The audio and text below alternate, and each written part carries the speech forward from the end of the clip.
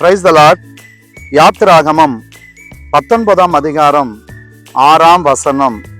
நீங்கள் எனக்கு ஆசாரிய ராஜ்யமும் பரிசுத்த ஜாதியமாய் இருப்பீர்கள் என்று நீ இஸ்ரவேல் புத்திரரோடு சொல்ல வேண்டிய வார்த்தைகள் என்றார்.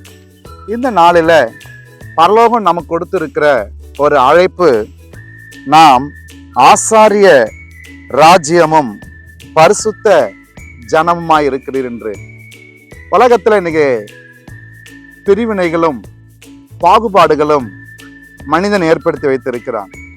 பணத்தால, நிறத்தால, இனத்தால, மதத்தால, மொழியால, இன்றைக்கு செல்வாக்கால, அதிகாரத்தால மனிதன் இன்றைக்கு மனுக்குலத்தை வகையறுத்து வைத்திருக்கிறார்கள்.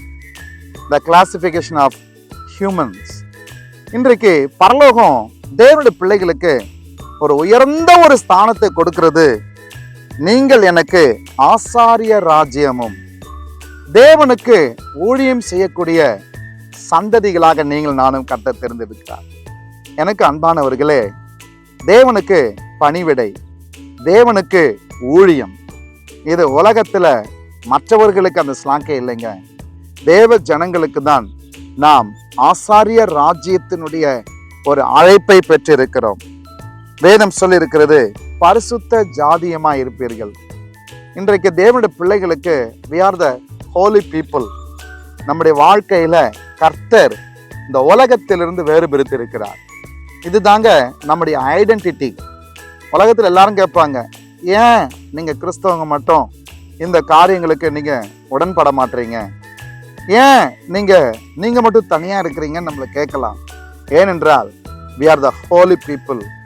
நம்முடைய அழைப்பு ஆசாரிய ராஜ்யத்தினுடைய அழைப்புங்க.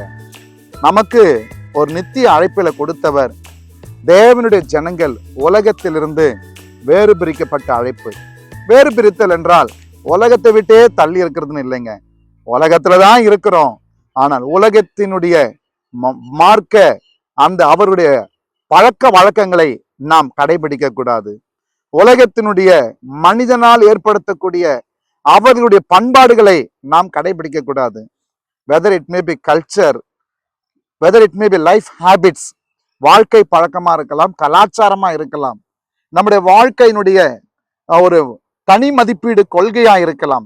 வேதம் என்ன சொல்லி இருக்கிறதோ, தனி மனித ஒழுக்கம், ஒரு குடும்ப ஒழுக்கம், கணவன் மனைவிக்குள்ள ஒழுக்கம், ஒரு தேசத்தினுடைய ஒழுங்கு, ஒரு அரசாங்கத்தினுடைய ஒழுங்கு, இது எல்லாம் இந்த வேதம் நமக்கு கற்றுக் கொடுத்திருக்கிறது. இந்த வேதத்தின்படி நாம் வாழும்போது கர்த்தர் சொல்லி இருக்கிறது, தேவனுடைய அடையாளமாக நான் இருக்கிறோம். எனக்கு அன்பானவர்களே, உங்களை உருவத்தை பார்த்தா யாரும் உங்களை வித்தியாசமா உங்களை மேன்மையாய் பார்ப்பதற்கு இல்லாம இருக்கலாம், என்னை யாரும் மேன்மையாய் பார்ப்பதற்கு இல்லாம இருக்கலாம். ஆனா அந்த வேதம் நமக்குள்ள இருக்கும்போது இந்த பூமியில இருக்க எல்லா ஜனங்களுக்கும் பரலோகம் நமக்கு ஒரு விசேஷம் வைத்திருக்கிறது. நாம் பரிசுத்த ஜனம். விசுவாசிப்போமா? இந்த நாளில், ஆண்டவரே, நான் பரிசுத்தமா ஜனத்தில் என்னை தெரிந்து கொண்டதுக்காய் ஸ்தோத்திரன்னு சொல்லி கண்களை மூடி ஜெபிப்போம். நல்ல பிதாவே, இந்த நாளில் நீர் கொடுத்த இந்த வார்த்தைக்காக நன்றி அப்பா. இந்த வார்த்தையை யாரெல்லாம் கேட்கிறாங்களோ, இந்த வார்த்தையை யாரெல்லாம் விசுவாசிக்கிறாங்களோ, உங்க தெய்வீக மகிமை கிருபை ஒவ்வொருவரையும் ஆண்டவரே அப்பா ஆசாரிய ஆண்டவரே ராஜ்யத்திலும் பரிசுத்த ஆண்டவரே ஜாதியமாய் தெரிந்து கொண்டீரே. இந்த நேரத்தில் அப்படிப்பட்ட உயர்ந்த ஸ்லாக்கியத்தை எங்க வாழ்க்கையில கொடுத்தீரே. அதற்கு ஏற்ற நெறிமுறையின் வாழ்க்கையை இந்த வேதத்திலிருந்து கடைபிடித்து வாழ எங்களுக்கு உதவி செய்யும். இயேசுவின் நாமத்தில் பிதாவே, ஆமென். God bless you.